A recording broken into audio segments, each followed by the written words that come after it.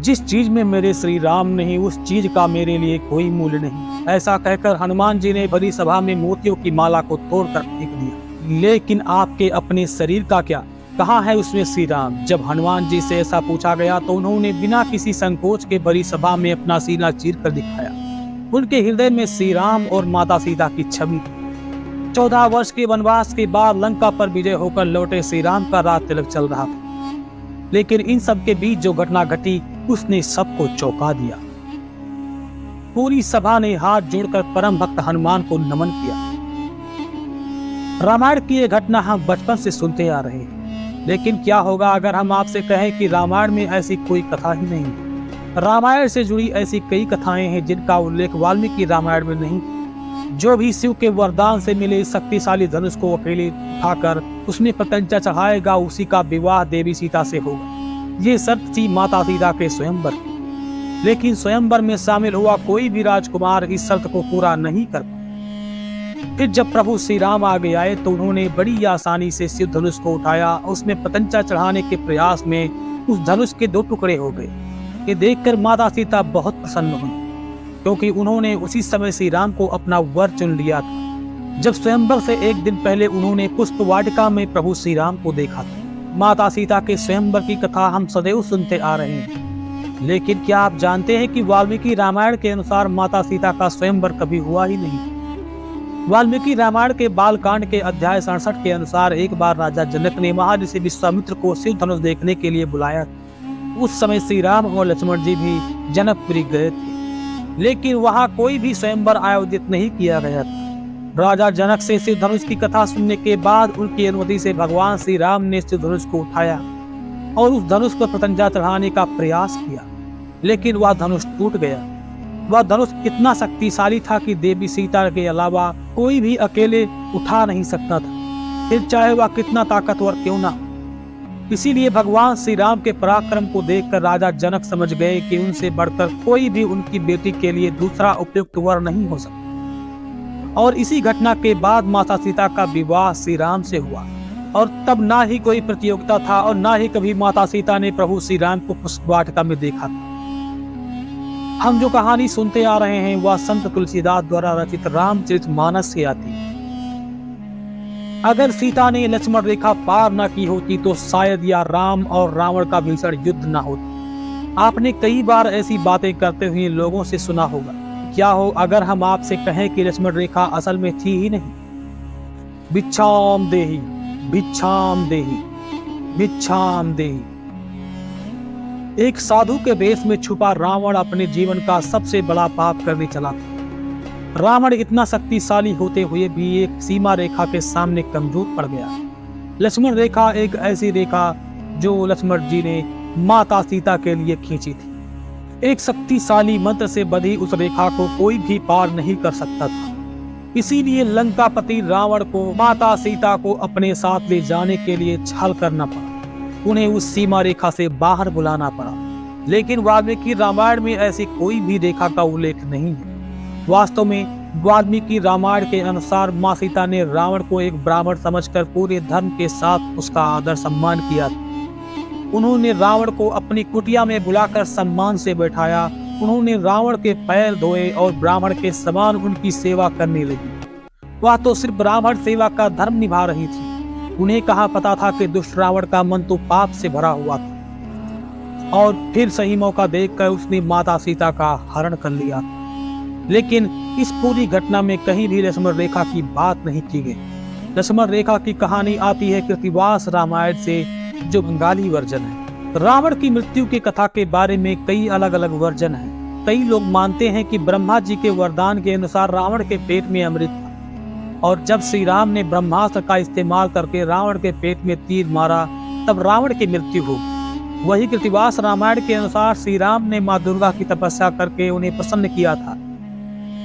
माँ दुर्गा स्वयं श्री राम के बाण पर विराजमान थी, जिससे रावण का वध हुआ था। लेकिन वाल्मीकि रामायण के अनुसार ये कथा काफी अलग है। जब श्री राम के सारे अस्त्र रावण के सामने विफल हो रहे थे, तब उन्होंने ऋषि अगस्त्य से मिले एक शक्तिशाली अस्त्र का इस्तेमाल करते हैं, जिसमें ब्रह्मांड के सभी 5 तत्वों की शक्ति थी। जैसे ही श्री राम ने उस अस्त्र को अपने धनुष पर चढ़ाया, तो जोर जोर से बिजली चमकने लगी। पूरी पृथ्वी कांप उठी। श्री राम ने अपनी पूरी शक्ति लगाकर उस अस्त्र को रावण के छाती में छोड़ दिया। बिजली जैसे उस अस्त्र के प्रहार से रावण के तुरंत प्राण निकल गए। रावण के हाथों मां सीता के हरण की कहानी तो हम सभी सुनते आ रहे हैं, लेकिन क्या आप जानते हैं कि रामायण के एक वर्जन के अनुसार रावण ने कई वर्षों पहले श्री राम की माता कौशल्या का भी हरण किया था। कहा जाता है कि एक बार रावण ने घोर तपस्या करके ब्रह्मा जी से पूछा कि उसकी मृत्यु कैसे होगी।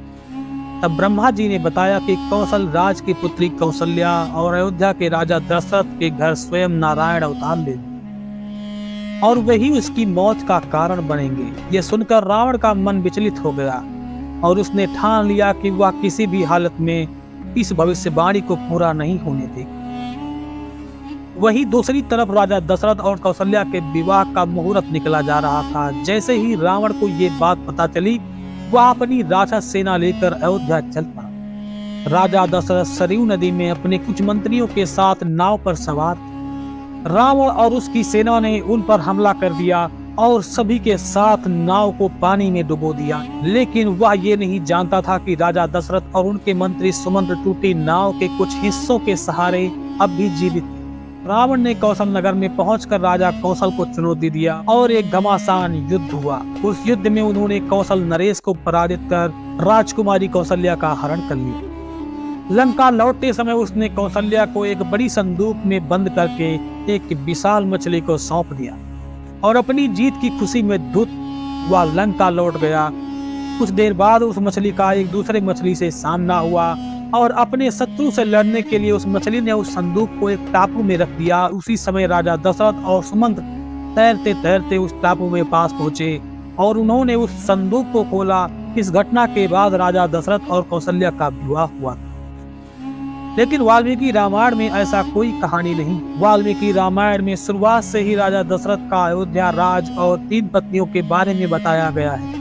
लेकिन उनके विवाह से पहले ये कहानी हमें आनंद रामायण और गिरधर रामायण में मिलती है, जिसमें वाल्मीकि रामायण के शुरू होने से कई साल पहले की कथाएं लिखी गई हैं। रामायण में हनुमान जी ने बहुत ही महत्वपूर्ण भूमिका निभाई है।